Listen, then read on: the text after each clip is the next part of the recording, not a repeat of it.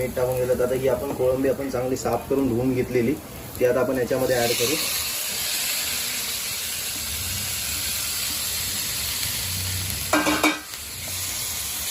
ती ॲड झाल्यानंतर आपण असं चांगलं एकदम परतून घ्यायचं त्याला. बघू शकता ही कोळंबी कशी रंग बदलते, लाल होते. तसं गरम तिला वाफ लागते तशी ही लाल होणार आणि हा मसाला तयार होणार.